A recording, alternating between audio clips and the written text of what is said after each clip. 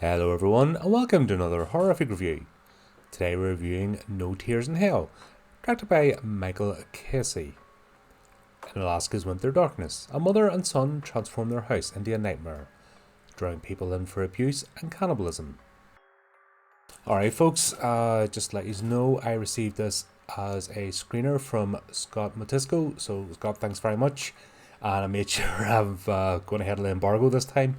I nearly made a fluff up with one of the movies and reviewed it early, so let's not do that again. Yeah, so this is an interesting one.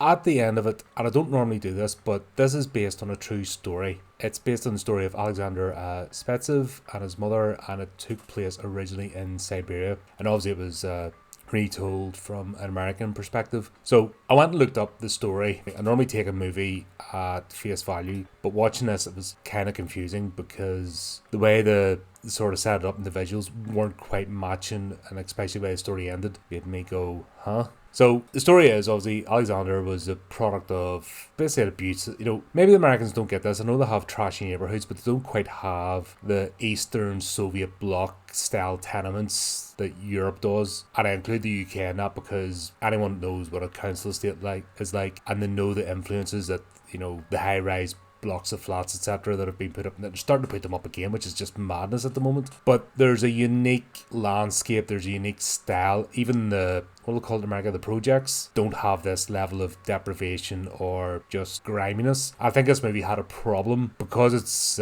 foreign, you know, almost alien to them. They had a problem trying to bring this across, and that's why I was there. I'm scratching my head. I thought initially this was a psychological drama. I thought it was going to be unreliable narrator fiction. But when I read the story, so they have stayed true to the actual source material, but I think they've taken a couple of liberties for dramatic purposes, which is fair enough. But I think this would work better as a piece of fiction, and if it had lent into the unreliable narrator, it would have made sense towards the end. There's a good idea there. It's a serial killer story. You know, you have somebody who's wheeling and dealing and basically drawing in homeless people, and that's his victim base, and the fact that the mother's involved, you know, helping him to cover up. And I didn't think the mother actually existed, just the way it was portrayed, and with the monologuing, and just the way the scenes were. You're always being hinted at that the mother was a figment of the imagination, but there's a couple of scenes that reveal it not to be the case, so that's fair enough. The portrayal of Alex himself is, I don't know, they're trying to go like a mixture of Norman Bates and Dexter, and I don't think it fits. Like I said, when I read back over the backstory, this is just a troubled kid in a, like, just throwing rage fits. He's been committed a couple of times and is just out of control. And the only reason he's able to get away with it is because of the nature of the area in which he lives and the culture. So screaming and banging and throwing fits, people tend to turn a blind eye, not my problem sort of thing, because it's just daily life. There's people kicking off and knocking 7 bells of shite out of each other on a daily basis, and that's council estate life. So I think the Japanese have a, what do they call it, your walls or something you hear without hearing. So because they have paper walls, they don't hear, you know, their brain switched off and don't hear what's in the next room. Even though it's paper thin, they know exactly what's going on. And I think certain cultures develop that. You hear without hearing, so it has to be like really extreme for people then to take notice. And I think it's when, a bit like Jeffrey Dahmer, you know, the smell and the plugged drains and that, and when it starts actually affecting the properties around it, that's when people start to take notice and get the authorities involved. But yeah, the way this is portrayed is not showing any of that. So you've got this, and I know it's an indie publication, I know it's limited in budget, locations, etc., but the locations they use, they're painting a completely different picture. So set it in Alaska. Now, I've never been, I've read up, but from what I'm read is like Alaska is pretty much a tight community. Everybody knows everybody. They're small towns. And they sort of try this here. So for Alex to get away with what he's getting away with doesn't make sense. And even with the homeless folks, like they're in a shanty town, they all know each other. They're leaning into the, you know, they want the visuals for the camera, so they've got him looking up and doing the smile and stuff, and they've got him looking gaunt and creepy. He would stick out like a sore thumb and nobody would go near him, so he wouldn't have been able to get away with what he got away with. They should have maybe lent into Ted Bundy a bit more, you know, the sort of charmer and got on with people and I've got you, I'll fix you sort of thing. They didn't portray that right. Now, I think it's more a writing issue than acting. I think the guy that acts as Alex I think he's doing what he was told to do, but it just doesn't gel with the movie and it kind of makes it a bit disjointed. So you've got that, and yeah, like I said, there's limited space. Everybody knows each other, so you would not have got away with it. I think about 20 odd minutes into the movie, you start to realise they're struggling with how to pad out the time.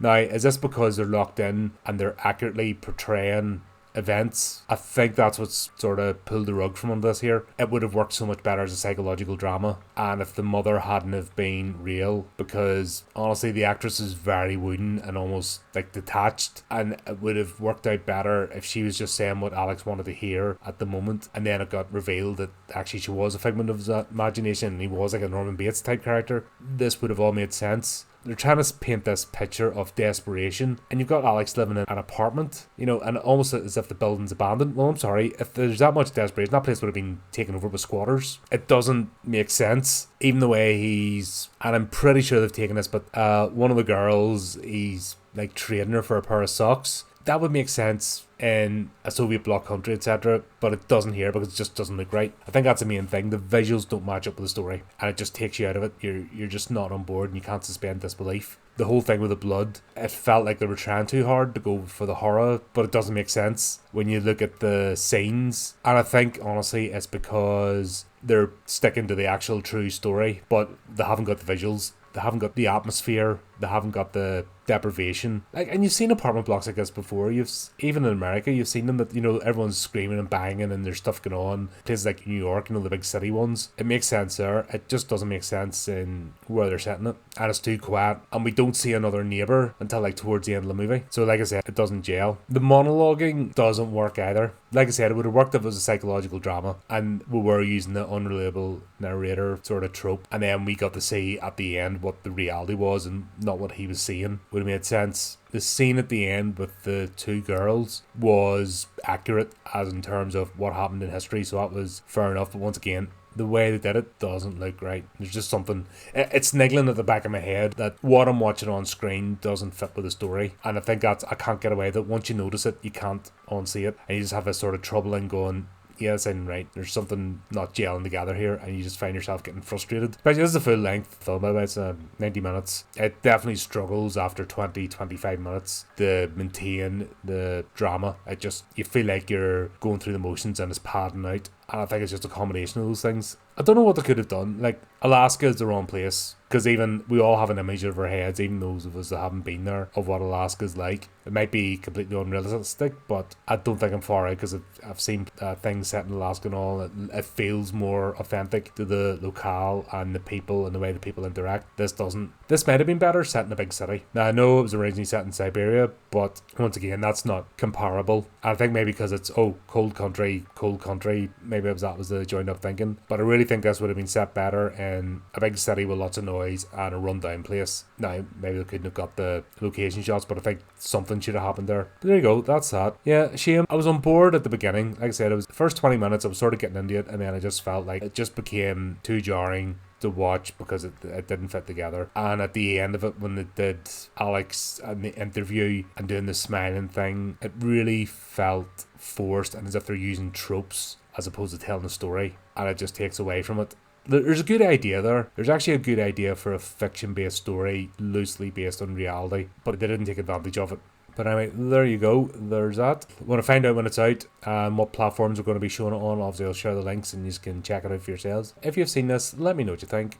And until next time, keep updated with the channel, do the type of things, and remember to keep it creepy, keep it horrific.